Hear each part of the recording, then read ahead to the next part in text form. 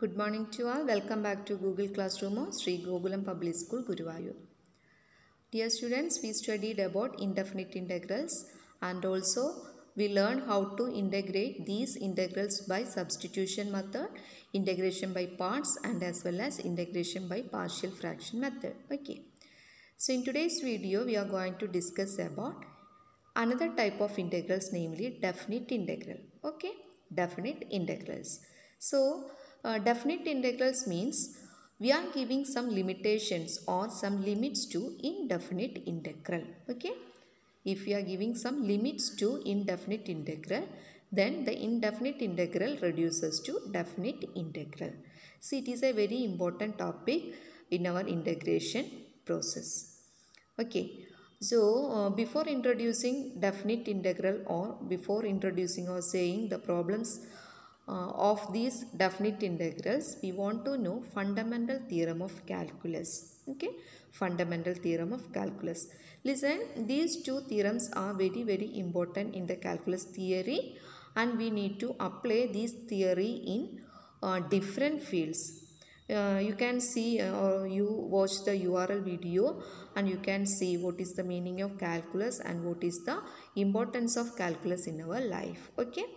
Anyhow, we need to discuss two types of fundamental theorems of calculus here on the basis of this integral. Okay, let's watch the video carefully. We are going to discuss about definite integrals. Okay.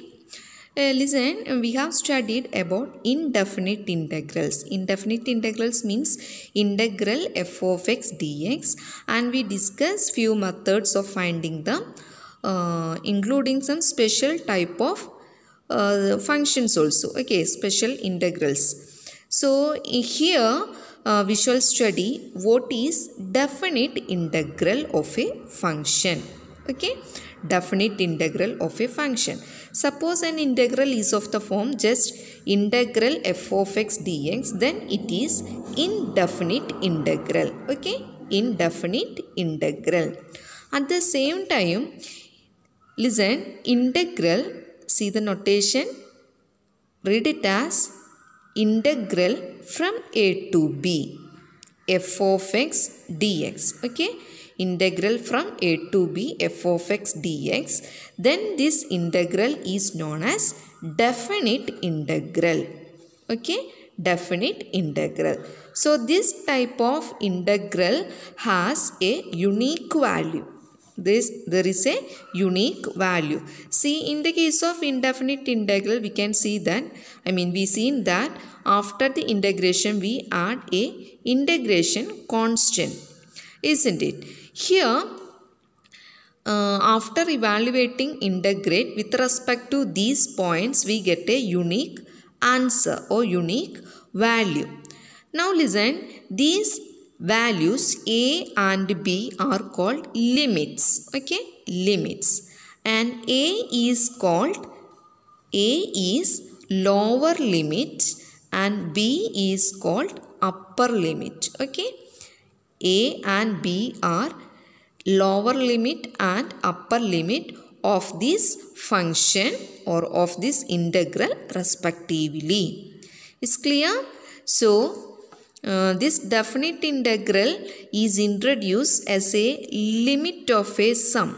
Okay, limit of a sum, or it has an antiderivative in the interval, closed interval AB. Actually, this is the meaning.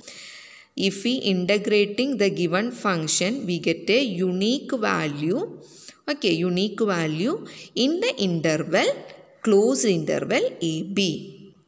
Or the integral value of this function is, listen, the difference between the values at these endpoints. So we will discuss these definite integrals and how to find the unique value of these type of definite integrals. Okay, let's see a simple example I will explain. Integral x dx. It's an easy one. Easy one means simple one. We know what is the integral of x. What is the integral of x? X square by 2 plus c.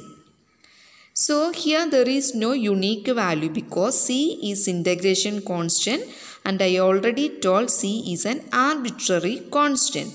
Arbitrary means we can select any values for c.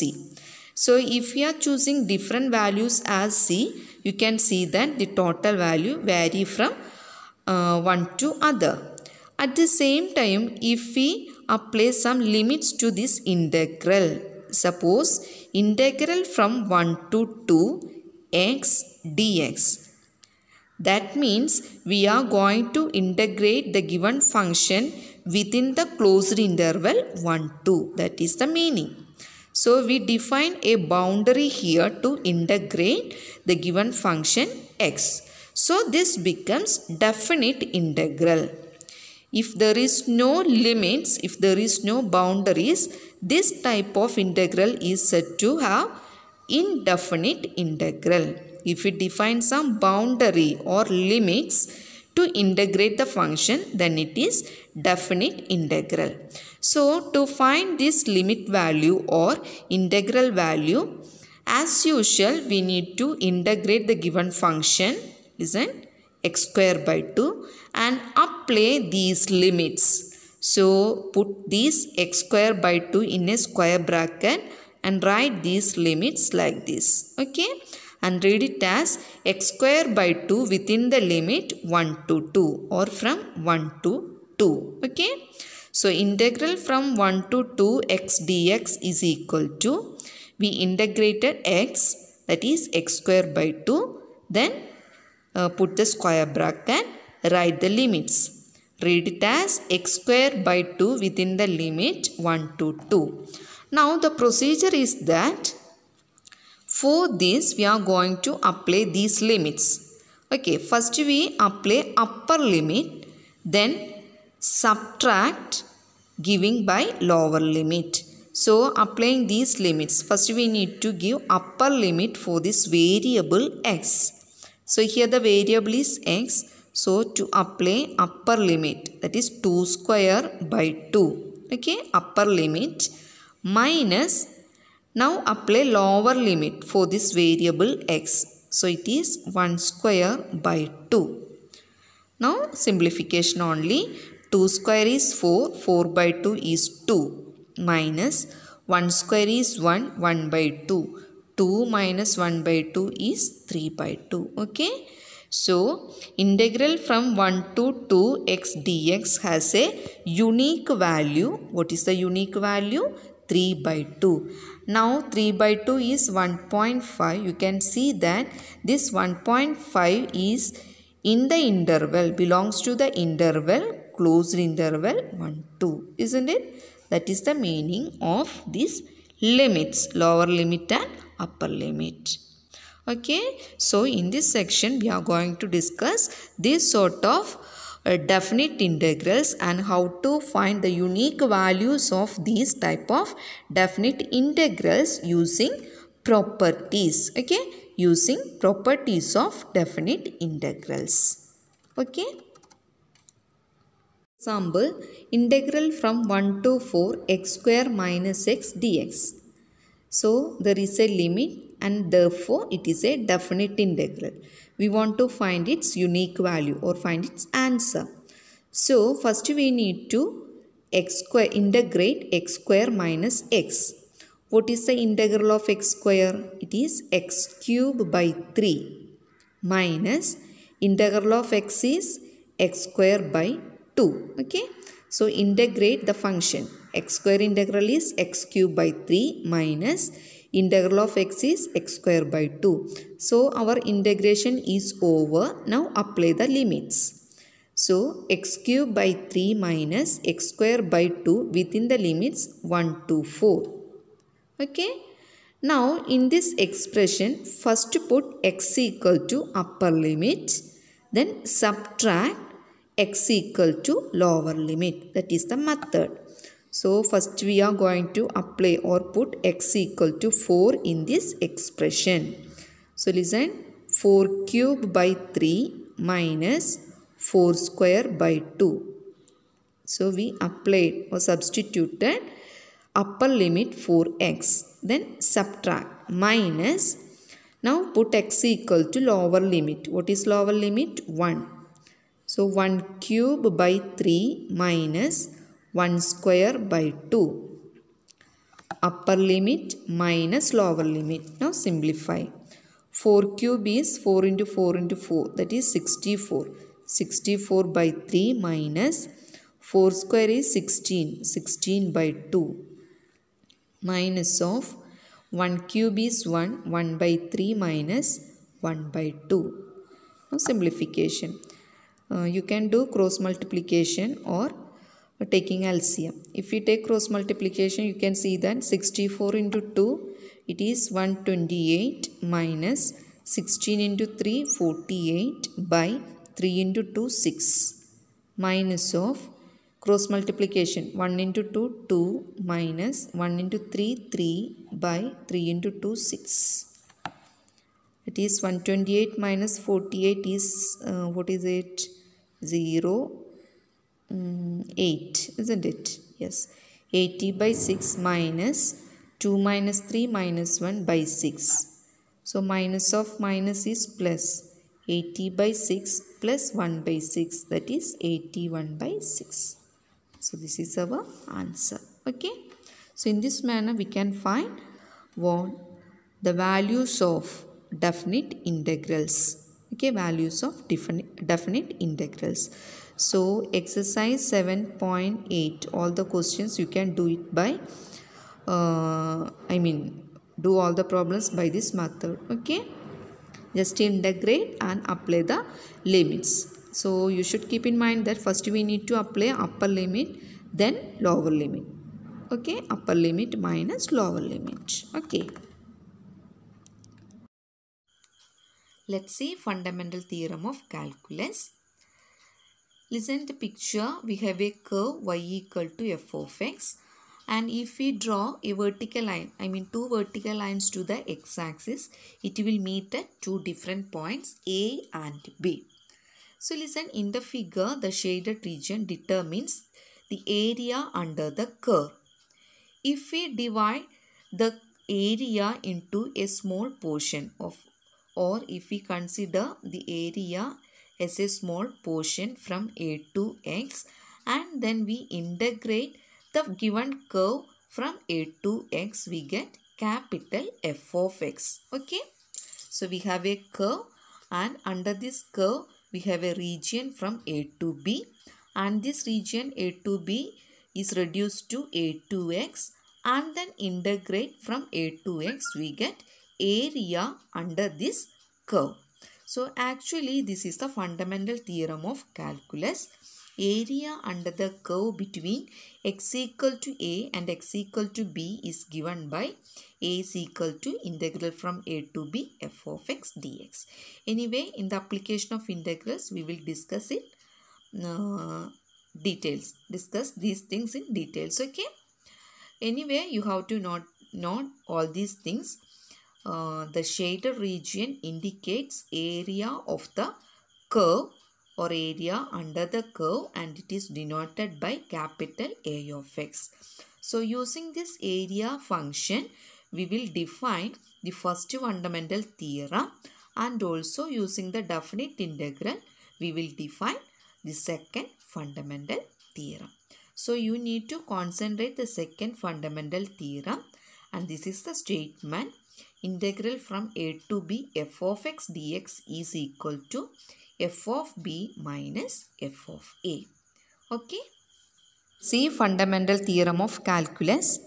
There are two fundamental theorems of integral calculus. First fundamental theorem and second fundamental theorem. Both the theorems is based on the concept of area function a of x. We mentioned it earlier. Okay. Area function, and area function a of x is obtained by integral from a to x f of x dx for all x belongs to closed interval ab. Now listen, the second fundamental theorem of integral calculus. So this is an important theorem which enables us to evaluate, listen, definite integrals by making use of antiderivatives. Very important second fundamental theorem. Actually, it is defined as, listen, integral from a to b f of x dx. Through examples, we seen that how to evaluate this type of definite integrals. What we'll do? First, we need to integrate f of x. Then apply these limits, isn't it? Similarly, listen, first we need to integrate f of x dx. Suppose integral of f of x is capital F of x. Okay, capital F of x. Now apply the limits. What is the limit? A and b. So f of x within the limits a, b. Then we apply first limit, that is upper limit, minus, then apply lower limit. So f of b minus f of a. So this is the second fundamental theorem of integral calculus. Okay, using this theorem, we solve the above examples actually. Okay. And I told there is no need of writing that integration constant, isn't it? Because, listen, if we write an integration constant along with this f of x, listen here, integral from a to b f of x dx.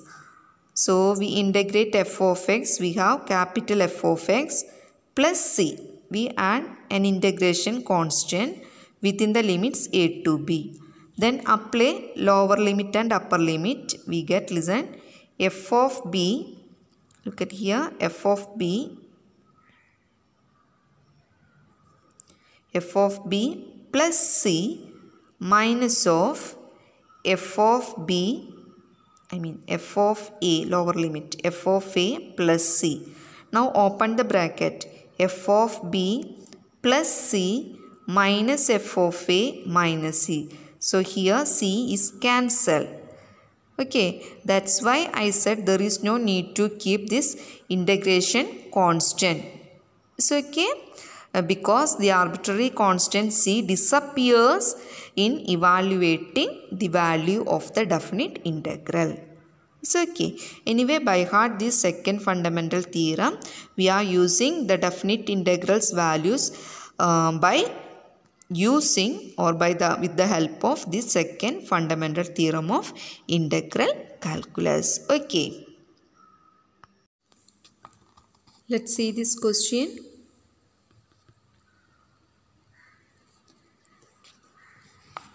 Integrate 1 to 2 x dx. So another example.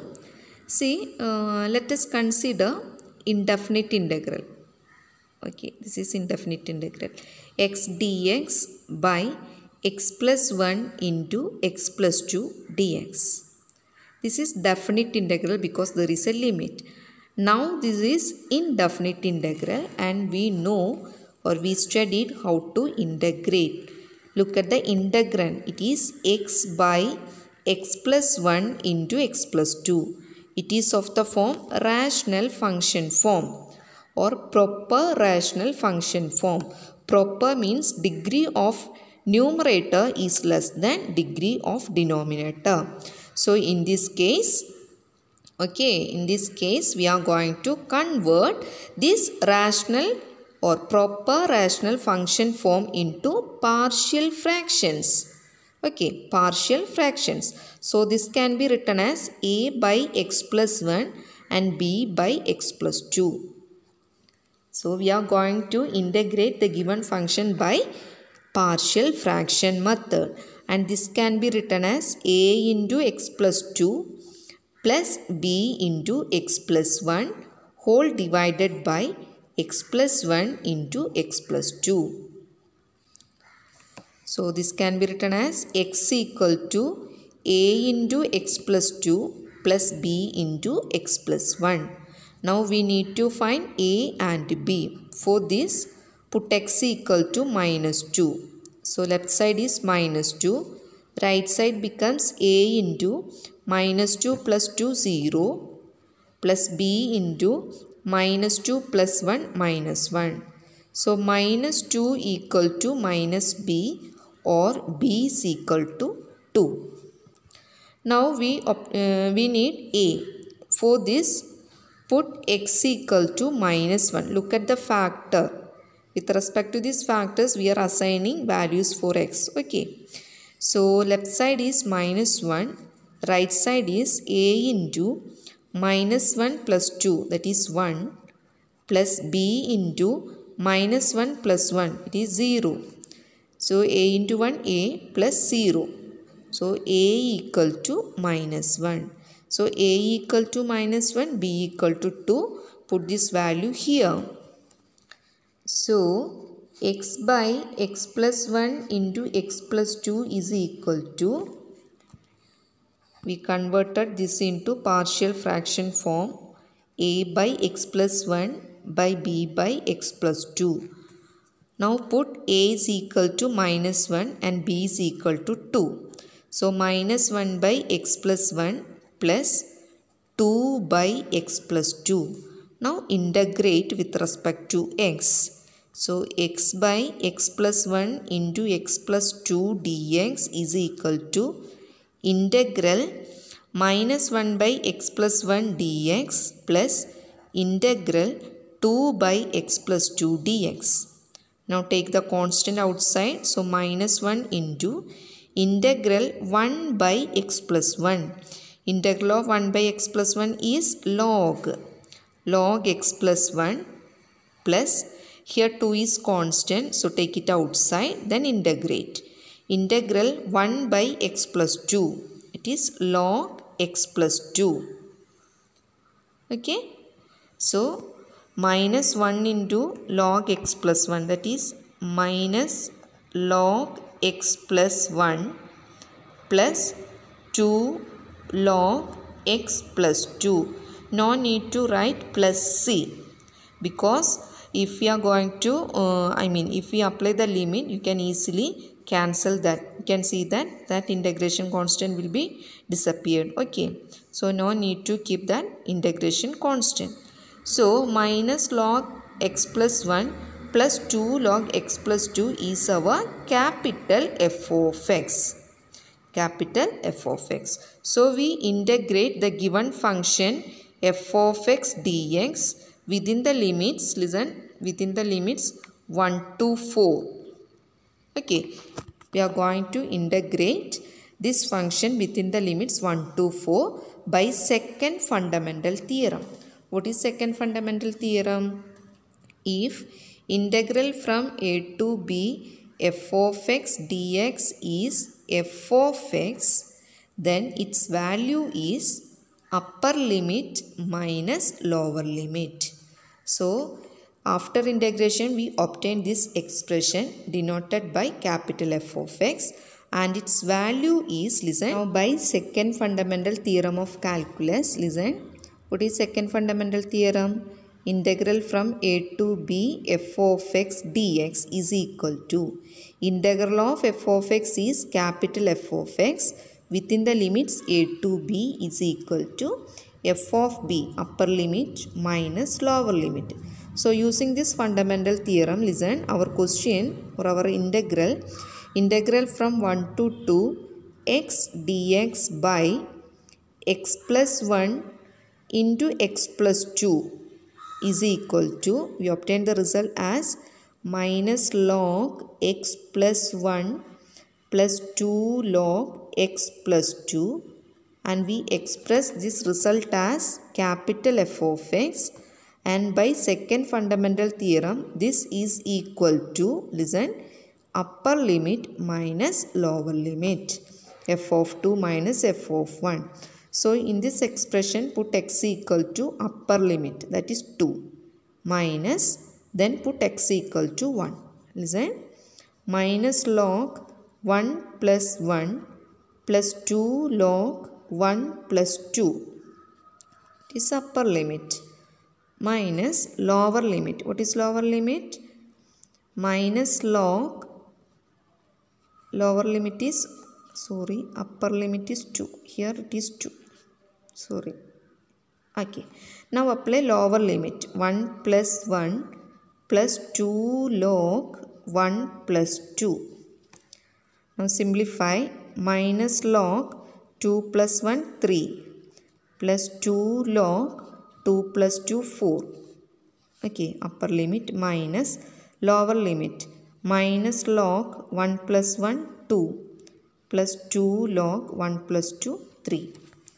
Okay, now this can be written as minus log 3 plus 2 log 4, open the bracket, minus of minus plus log 2, minus into plus minus 2 log 3. Look at here, minus log 3 minus 2 log 3, that is minus 3 log 3. Okay, minus 3 log 3 plus 2 log 4 plus log 2. Now using logarithmic properties we can simplify it. Listen, minus 3 log 3. Okay, this can be written as 2 log 4 can be written as log 4 square, isn't it? Because what is log a raised to b or a raised to m? Log a raised to m is m into log a. M into log a. Power into log a. So here log 4 square is 2 into log 4. Okay, plus log 2. Now see these two terms, it is of the form log a plus log b. What is log a plus log b? It is log ab.